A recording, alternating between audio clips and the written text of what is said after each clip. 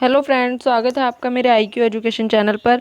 आज का हमारा टॉपिक है राज्य के नीति के निर्देशक तत्व। तो राज्य की नीति के निर्देशक तत्व को हम DPSP भी कहते हैं। तो जो राज्य की नीति के निर्देशक तत्व हैं वो भाग 4 में आर्टिकल 36 से 51 तक इनका उल्लेख है और ये आयरलैंड से लिए गए हैं। और जो संविधान सभा के सलाहकार थे वो थे VN राव। संविधान सभा के सलाहकार कौन थे? VN राव। तो जब संविधान सभा का निर्माण हो रहा था तब संविधान सभा के सलाहकार VN राव थे। तो VN राव ने सलाह दी थी कि दो प्रकार के मौलिक अधिकार रखे जाएं संविधान में। एक तो वो जो न्यायालय में परिवर्तनीय हैं और दूसरे वो जो न्यायालय में परिवर्तनीय नहीं है। तो जो न्यायालय में परिवर्तनीय है वो तो है मौलिक अधिकार, जिनमें रिट जारी कर सकते हैं सुप्रीम कोर्ट में, और जो न्यायालय में परिवर्तनीय हैं और जो दूसरे हैं वो हैं राज्य की नीति के निर्देशक तत्व। तो जो राज्य की नीति के निर्देशक तत्व हैं वो राज्य की नीति के निर्देशक तत्व न्यायालय में परिवर्तनीय नहीं है। तो राज्य की नीति के निर्देशक तत्व न्यायालय में परिवर्तनीय नहीं है, तात्पर्य है कि राज्य की नीति के निर्देशक तत्व जब सरकार बनी थी, जब संविधान बना था उस टाइम पे सरकार की जो हालत थी वो इतनी अच्छी नहीं थी कि वो जितने भी ये मौलिक अधिकार हैं और राज्य की नीति निर्देशक तत्व हैं सबको एक साथ लागू कर दे या सबको एक साथ जनता को प्रदान कर दे। तो कुछ मौलिक अधिकार तो जनता को प्रदान है और कुछ राज्य के नीति निर्देशक तत्व में उस भाग को रख दिया गया जो सरकार अपनी योग्यता या अपने प्रावधान के अनुसार जनता को प्रदान करेगी।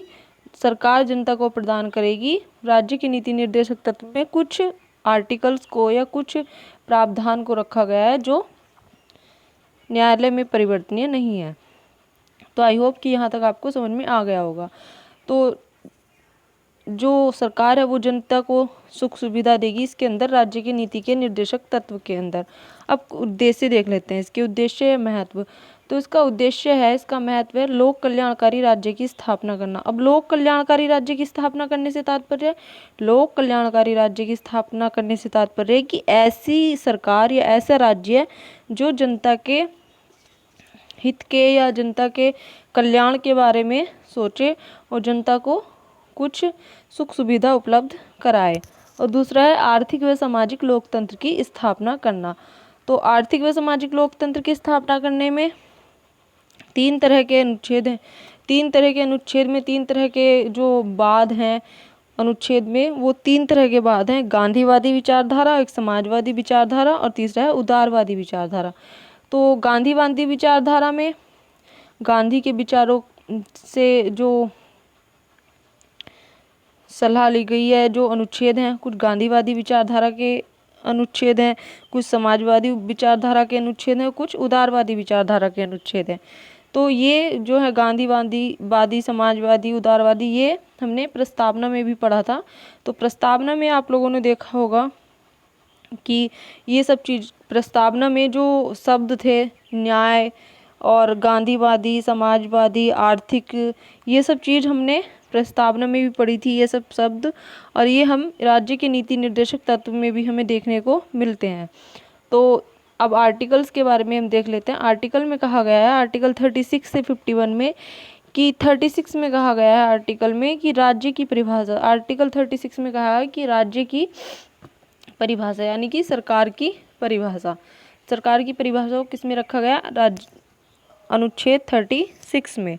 और अनुच्छेद 37 में कहा गया है न्यायालय द्वारा परिवर्तनीय नहीं है, यानी कि जो राज्य की नीति के निर्देशक तत्व हैं वो न्यायालय द्वारा परिवर्तनीय नहीं है, ये अनुच्छेद 37 में कहा गया है। तो क्वेश्चन ऐसे भी पूछा जा सकता है कि न्यायालय द्वारा परिवर्तनीय नहीं है राज्य की नीति के निर्देशक तत्व, वो कौन से अनुच्छेद में कहा गया है? तो अनुच्छेद 37 में कहा गया है कि राज्य के नीति निर्देशक तत्व न्यायालय द्वारा परिवर्तनीय नहीं है। और अनुच्छेद 38 में कहा गया है कि सामाजिक, आर्थिक और राजनीतिक न्याय से व्यवस्था की स्थापना करना। तो सामाजिक, आर्थिक और राजनीतिक न्याय से व्यवस्था की स्थापना करने से क्या तात्पर्य है?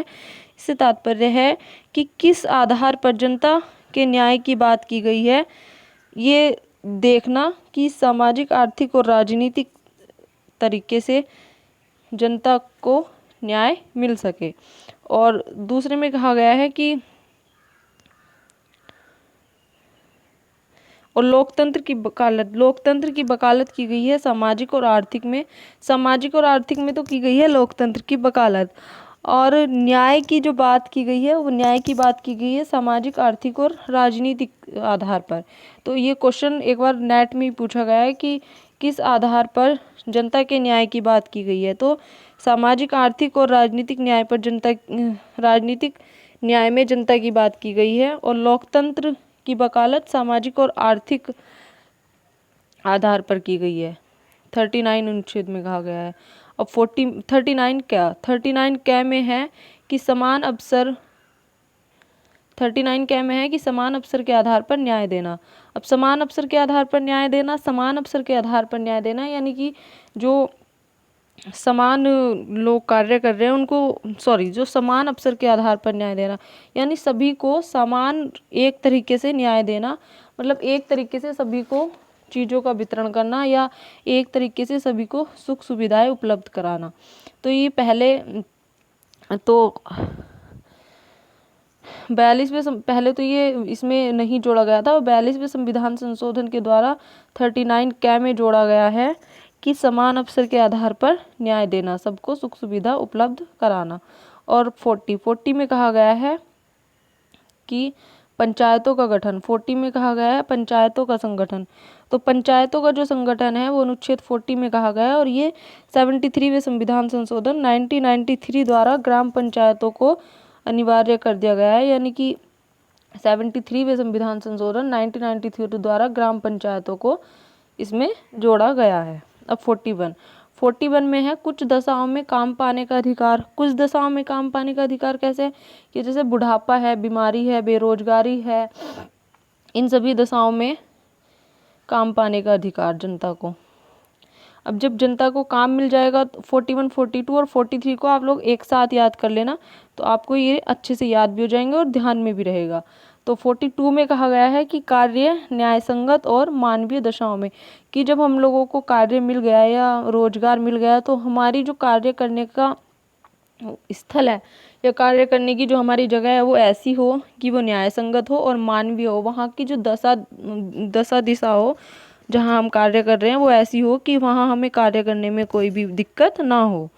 और 43 में कहा गया है कि कर्मचारियों को निर्बाह मजदूरी एवं कुटीर उद्योगों का विकास, कि जो कर्मचारी है उसको काम करने की पूरी मजदूरी मिलनी चाहिए और उसको अगर सरकार कार्य नहीं दे पा रही है, काम नहीं दे पा रही है तो कुछ ऐसा काम दे दे जैसे सिलाई बुनाई कढ़ाई या चटाई बुनना या कुछ ऐसा काम। ऐसे काम को हम कुटीर उद्योग में डालते हैं, कुटीर उद्योग में डाला गया है या कुटीर उद्योग कहते हैं। ठीक है, अब 44 देख लेते हैं। 44 में कहा गया है नागरिकों के लिए समान नागरिक संहिता।